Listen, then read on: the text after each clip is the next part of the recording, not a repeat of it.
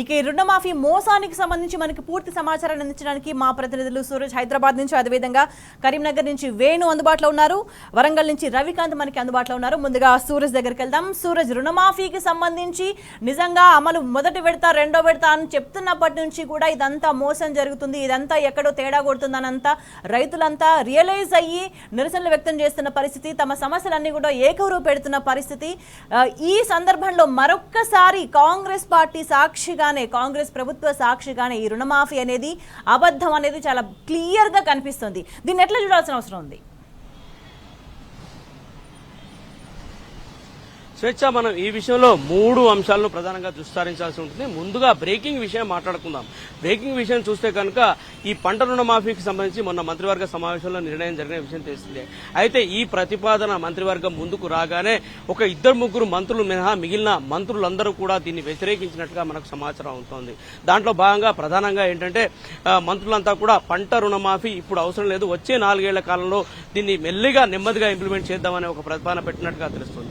మరోవైపు వాళ్ళ అభ్యంతరాలన్నింటినీ కూడా మంత్రివర్గ సమావేశంలో మినిట్స్ రూపంలో మంత్రులంతా కూడా నమోదు చేసినట్టుగా కూడా మనకంతున్న సమాచారం బట్టి తెలుస్తుంది. మొత్తం మీద రేవంత్ రెడ్డి తొందరపాటుగా దీన్ని మంత్రులంతా కూడా అభివర్ణిస్తున్న పరిస్థితి కనిపిస్తుంది. కేబినెట్ లో బలవంతంగా మంత్రులందరినీ ఒప్పించి పంట రుణమాఫీకి ఆయన ముందుకు వెళ్ళినట్టుగా కూడా మంత్రివర్గ సభ్యులోనే ఒక చర్చ జరుగుతూ ఉన్నది.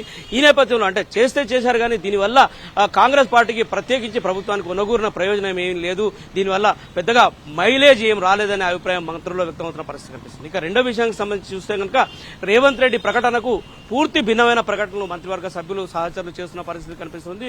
మొన్న తుమ్మల నాగేశ్వరరావు 2 లక్షల పైగా ఒకవేళ లోన్లు ఉంటే కనుక ఆ వడ్డీలు కానీ లేదా ఆ 2 లక్షల పైన ఉన్న మొత్తాన్ని కానీ కడితే ఆ 2 లక్షల రుణమాఫీ పైన దృష్టి సారిస్తామని ఆయన ఒక ప్రకటన చేసిన విషయం తెలిసింది. అలాగే మంత్రి పొంగులేటి ఒక నియోజకవర్గంలో పర్యటిస్తున్న క్రమంలో ప్రజలంతా రైతులంతా కూడా నిలదీస్తున్న క్రమంలో లేదు ఇంకొక 12,000 కోట్ల రూపాయలు అదనంగా ఈ పంట రుణమాఫీ కేటాయిస్తామని చెప్పేసి ఆయన కూడా మాట మార్చిన పరిస్థితి చాలా స్పష్టంగా చూసాం. ఇక నిన్న ఉత్తమ్ కుమార్ రెడ్డి జలసౌదాలో ఒక పత్రికా సమావేశాన్ని నిర్వహించారు. ఈ పత్రికా సమావేశం సందర్భంగా రుణమాఫీ పూర్తి స్థాయిలో జరపలేదని చెప్పేసి కూడా ఆయన ఒక స్పష్టంగా వ్యక్తీకరించిన పరిస్థితి కనిపిస్తుంది. ఏవైతే వివాదరహితంగా ఉన్న అకౌంట్లు ఉన్నాయో వాటికి మాత్రమే పంట రుణమాఫీ జరిగింది, మిగిలిన ఇంకా దాదాపుగా 17 లక్షల అకౌంట్లకు కానీ లేదా 17 లక్షల రైతులకు కానీ ఈ లబ్ధి చేకూరలేదని చెప్పేసి ఆయన స్టాటిస్టిక్స్ గణాంకాలతో సహా వెల్లడించిన పరిస్థితి కనిపిస్తుంది. ఇక తాజాగా చూసుకుంటే కనుక ఇవాళ ఈ ఎస్ఎల్బీసీ సమావేశంలో కూడా ఒక స్పష్టమైన సమాచారం బయటకు వస్తూ ఉంది. బ్యాంకర్ల సమావేశంలో దాదాపుగా 17,800 కోట్ల రూపాయల్లో దాదాపుగా 7 నుంచి 8,000 కోట్ల రూపాయలు మాత్రమే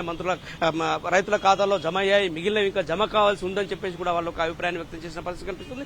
అంటే వీటన్నిటి నేపథ్యంలో చూసుకుంటే కనుక వైరాలో రేవంత్ రెడ్డి ప్రకటనకు పూర్తిగా భిన్నంగా ఉన్న పరిస్థితి చాలా స్పష్టంగా చూస్తున్నాం. అంటే పూర్తిగా రైతులకు పంట రుణమాఫీ చేయడంలో కాంగ్రెస్ సర్కారు వైఫల్యం చెందింది అనడానికి ఇంతకంటే మంచి ఉదాహరణలు ఏముంటాయని చెప్పేసి కూడా ప్రతిపక్షం నిలదీస్తున్న పరిస్థితి కనిపిస్తుంది. మరోవైపు తమకు అన్యాయం జరిగిందని చెప్పేసి కూడా రైతులంతా కూడా రోడ్లెక్కి నిరసనలు ధర్నాలు చేస్తున్న పరిస్థితి కనిపిస్తుంది. ఏకంగా ముఖ్యమంత్రికి సంబంధించిన దిష్టిబొమ్మకు శివయాత్రలు చేసి నిరసనలు వెలువెత్తున్న పరిస్థితి కనిపిస్తుంది.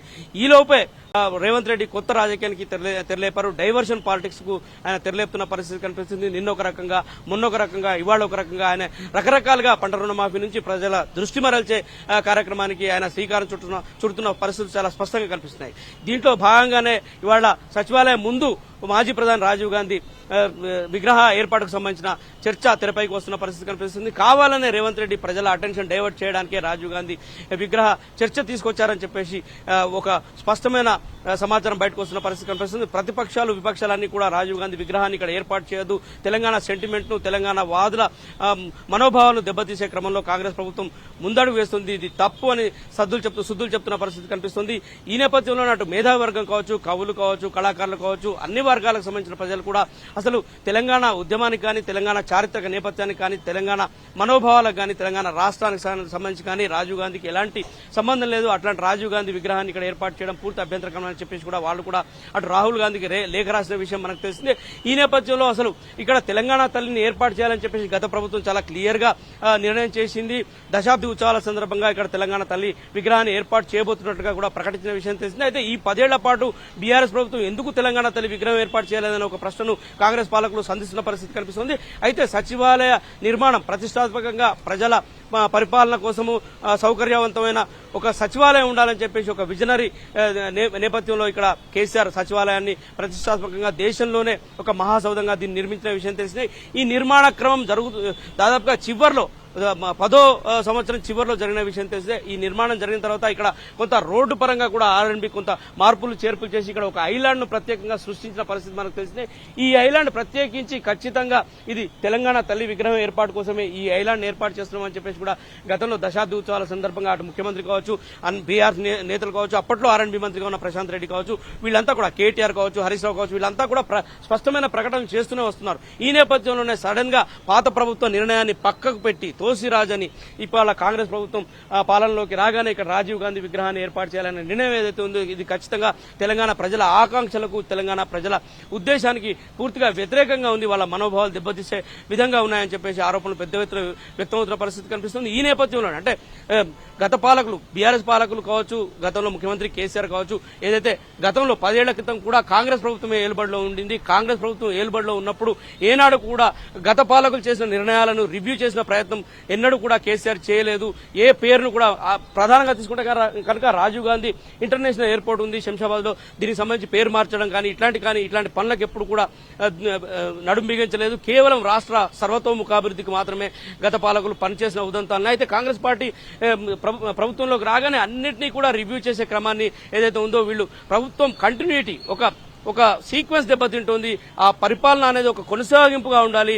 ఆ స్ఫూర్తి దెబ్బతింటుందనే ఆరోపణలు వ్యక్తమవుతున్నాయి. దీంట్లో భాగంగానే ఇట్లాంటి నిర్ణయాలను రివ్యూ చేసి ప్రభుత్వానికి ఎంత చిత్తశుద్ధి ఉంది అనడానికి సంబంధించి మొదటి నుంచి కూడా అనుమానాలు వ్యక్తమవుతూ వస్తున్నాయి. మరోవైపు చూసుకుంటే రాజీవ్ గాంధీ విగ్రహ వ్యవహారం అనేది నిజంగా రుణాలు మాఫీ కానీ రైతుల ఆలోచనను వాళ్ళ సమస్యల నుంచి నిజంగా డైవర్ట్ చేస్తుందా? ఖచ్చితంగా. ఎందుకంటే ఇవాళ ప్రధానంగా చూసుకుంటే కనుక పత్రికా ముఖంగా కావచ్చు మీడియా ముఖంగా కావచ్చు ఇవాళటి వరకు ఒక ఇష్యూ హాట్ టాపిక్ గా ఉంటే ఇప్పటికిప్పుడు పరిస్థితులు మారిపోయి వేరే ఇష్యూ కనుక తెరపైకి వస్తే అదే హాట్ టాపిక్ గా మారి ప్రజల్లో చర్చ జరిగే అవకాశాలు దీన్ని బేస్ చేసుకునే ప్రధానంగా రేవంత్ రెడ్డి ముఖ్యమంత్రిగా బాధ్యతలు స్వీకరించిన నాటి నుంచి కూడా ఎప్పటికప్పుడు డైవర్షన్ పాలిటిక్స్ కు ఆయన తెరతీస్తున్నాడని చెప్పేసి స్పష్టంగా చెప్పొచ్చు.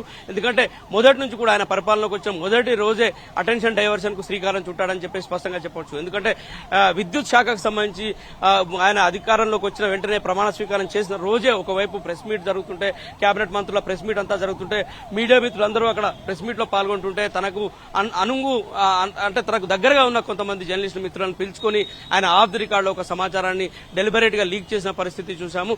అది డైవర్షన్ పాలిటిక్స్ లో భాగంగా మొట్టమొదటి అడుగుగా చూడాల్సి ఉంటుంది. ఆనాడు విద్యుత్ శాఖ ఏదో కొంపలు మునిగిపోయింది, విద్యుత్ శాఖ పూర్తిగా కూరుకుపోయింది, పూర్తిగా నష్టాల్లో ఉంది, పూర్తిగా విద్యుత్ శాఖ ఏదో ఇదైపోయింది అనే ఒక భయప్రాంతంలో ప్రజల్లో క్రియేట్ చేసే ప్రయత్నం చేశారు. ఆ తర్వాత ఆర్థిక శాఖ పైన ఒక శ్వేతపత్రం పేరిట కూడా ఈ పథకాలు ఏవైతే 6 గ్యారంటీలు ఉన్నాయో ఈ 6 గ్యారంటీల అమలును డైవర్ట్ చేసి ప్రజలను వాటిపై నుంచి దృష్టి మరలించి అంటే ఆర్థిక పరిస్థితి పూర్తిగా చిన్నాభిన్నం అయిపోయింది, ఆర్థిక పరిస్థితి పూర్తిగా దిగజారిపోయిందనే ఒక మెసేజ్ ను పంపే క్రమంలో శ్వేతపత్రాన్ని అసెంబ్లీలో ప్రవేశపెట్టారు. దీనిపైన కూడా పెద్ద ఎత్తున ఆరోపణలు వ్యక్తమయ్యాయి. ఎందుకంటే రాష్ట్ర ఆర్థిక ముఖ చిత్రాన్ని అటు దేశ స్థాయిలో కావచ్చు అంతర్జాతీయ స్థాయిలో కావచ్చు కాంగ్రెస్ పార్టీ పణంగా పెట్టిందని చెప్పేసి కూడా పెద్ద ఎత్తున విమర్శలు వచ్చాయి. ఎందుకంటే ఇక్కడికి బహుళజాతి సంస్థలు కావచ్చు పెద్ద పెద్ద పెట్టుబడిదారులు కావచ్చు బడా కంపెనీలు టైకూన్ బిజినెస్ మ్యాన్లంతా కూడా హైదరాబాద్ వైపు దృష్టి సారిస్తున్న క్రమంలో ఇక్కడ గ్లోబల్ సిటీగా హైదరాబాద్ అవతరమెత్తున్న క్రమంలో ఇక్కడ ఇండస్ట్రీస్ వస్తున్నాయి, పెట్టుబడులు వస్తున్న క్రమంలో నిరుద్యోగ యువతకు ఏవైతే ఉద్యోగాలు దొరుకుతున్న క్రమంలో ఈ కాంగ్రెస్ పాలనలోకి వచ్చిన తర్వాత రేవంత్ రెడ్డి శ్వేతపత్రం అని ప్రవేశపెట్టిన తర్వాత ఖచ్చితంగా మార్కెట్ దెబ్బతినే పరిస్థితి తలెత్తింది. తెలంగాణ ఫ్రూట్స్ దెబ్బతినే పరిస్థితి తలెత్తాయని చెప్పేసి కూడా ఒక ఆరోపణ స్పష్టంగా వినిపించింది. ఇలా అనేక రకాలుగా డైవర్షన్ పాలిటిక్స్ కు ఆ తర్వాత చూసుకుంటే కనుక అనేక రకాల పోలీస్ కేసులకు సంబంధించి కావచ్చు లేదా ఫోన్ ట్యాపింగ్లకు సంబంధించి కావచ్చు మీడియాకు డెలిబరేట్ గా లీకులు ఇస్తూ అంటే కాంగ్రెస్ ఏవైతే హామీలు ఇచ్చాయో ఎన్నికల్లో హామీలు ఇచ్చి వాటిని అమలు చేయాల్సిన పరిస్థితి ఉందో ఆ అమలు చేయడానికి ఒక చిత్తశుద్ది లోపించిన క్రమంలోనో లేదంటే ఆర్థిక పరిస్థితి సహకరించలేదో లేకుంటే రెవెన్యూ అంశాలపైన ప్రధానంగా కాంగ్రెస్ పార్టీ దృష్టి పెట్టడం లేదనే ఒక ఆరోపణ చాలా స్పష్టంగా వినిపిస్తున్నాయి. దీంట్లో దార్శనికత లోపించింది. ఖచ్చితంగా తెలంగాణ రాష్ట్రం కనుక సర్వతోముఖాభివృద్ధి సాధించాలంటే రెవెన్యూ జనరేషన్ పైన కాంగ్రెస్ పాలకులు దృష్టి సారించాల్సి ఉంటుంది. రెవెన్యూ జనరేషన్ పైన దృష్టి సారిస్తే కనుక ఖచ్చితంగా నిధులకు ఎలాంటి లోటు ఉండకుండా అటు సంక్షేమ కార్యక్రమాలు ఇటు అభివృద్ధి కార్యక్రమాలు ఏకదాటిపైన తీసుకెళ్లొచ్చనే అభిప్రాయాలు వ్యక్తమవుతున్న క్రమంలో దీనిపైన చిత్తశుద్ధి లోపించింది, ప్రభుత్వానికి ఒక విజన్ లోపించిందనే ఆరోపణలు స్పష్టమవుతున్న పరిస్థితి కనిపిస్తుంది. మరోవైపు బ్యూరోక్రాట్స్ నమ్మని పరిస్థితి కూడా కాంగ్రెస్ పార్టీకి శరాఘాతంగా మారింది. బ్యూరోక్రాట్స్ పాత ప్రభుత్వానికి తొత్తులుగా ఉన్నారని చెప్పేసి అనేక సందర్భాల్లో రేవంత్ రెడ్డి ఏదైతే స్టేట్మెంట్స్ ఇచ్చారో దానివల్ల అనేక మంది బ్యూరోక్రాట్స్ నొచ్చుకున్న పరిస్థితి కనిపిస్తుంది. ఈ నొచ్చుకోవడంలో భాగంగా ఏవైతే బ్యూరోక్రాట్స్ నుంచి టైం టు టైం సలహాలు ప్రభుత్వానికి కానీ ముఖ్యమంత్రికి కానీ మంత్రులకు కానీ రావాల్సి ఉంటుందో ఆ సలహాలు రాకుండా పోయాయి. తద్వారా ఈ రెవెన్యూ జనరేషన్ కు సంబంధించిన కొత్త సోర్సులను వెతకడంలో కొంత ప్రభుత్వం వైఫల్యం చెందుతోంది. ఎప్పటికప్పుడు గతంలో కేసీఆర్ ప్రభుత్వం తీసుకుంటే కనుక ఎప్పటికప్పుడు కొత్త ఆదాయ మార్గాలను వెతికి స్టేట్ జీడీపీని అంటే జిఎస్డిపి అంటారు, గ్రాస్ స్టేట్ డొమెస్టిక్ ప్రొడక్ట్ ను డెవలప్ చేయడానికి ఆయన ఖచ్చితంగా దుస్సారించాలని చెప్పాల్సి ఉంటుంది. దాంట్లో భాగంగానే రాష్ట్ర తలసరి ఆదాయం వల్ల చూసుకుంటే కనుక దేశంలో నెంబర్ 1, నెంబర్ 2 పొజిషన్ లో ఉంది. అలాగే అభివృద్ధి సూచీలో చూసుకుంటే కనుక పంజాబ్, గుజరాత్ రాష్ట్రాలతో ఇవాళ తెలంగాణ పోటాపోటీగా ముందుకు వెళ్తున్న పరిస్థితి కనిపిస్తుంది. 5 ధనిక రాష్ట్రాల్లో కూడా ఇవాళ తెలంగాణ రాష్ట్రం ముందు వరుసలో ఉంది. దీని అంతటికి కూడా కారణం కేసీఆర్ విజన్ అని చెప్పేసి బీఆర్ఎస్ పార్టీ నాయకులు చెప్పుకుంటున్న పరిస్థితి కనిపిస్తుంది. వీటన్నిటిని తోసిరాజని ఒక కొనసాగింపు ప్రభుత్వాన్ని తీసుకుపోతే కనుక రేవంత్ రెడ్డి గత పాలన కొనసాగింపుగా ఈ ప్రభుత్వాన్ని తీసుకుపోతే కనుక ఖచ్చితంగా ఇవాళ రాష్ట్రానికి లబ్ధి చేకూరే విధంగా అనేక మంది కలిసి వచ్చేవాళ్ళు, అనేక పెట్టుబడులు కూడా రాష్ట్రానికి తరలి వచ్చేవి, రకరకాల అంశాలు కూడా లబ్ధి చేకూరే విధంగా ఉండేదని చెప్పేసి ఒక అభిప్రాయం వ్యక్తం అవుతున్న పరిస్థితి కనిపిస్తుంది. స్వేచ్ఛ రైట్ సూరజ్, ఏదేమైనా కూడా అంటే రాష్ట్ర ప్రభుత్వ వ్యవహార శైలి అనేక అంశాలకు సంబంధించి పరిపాలనకు సంబంధించి ఒక ప్రణాళిక లేకపోవడం అనేది ప్రభుత్వం వైఫల్యం చెందింది అనడానికి నిదర్శనంగానే ఇప్పుడు అనేక సమస్యలు కూడా మనకి క్లియర్ గా కనిపిస్తున్నాయి.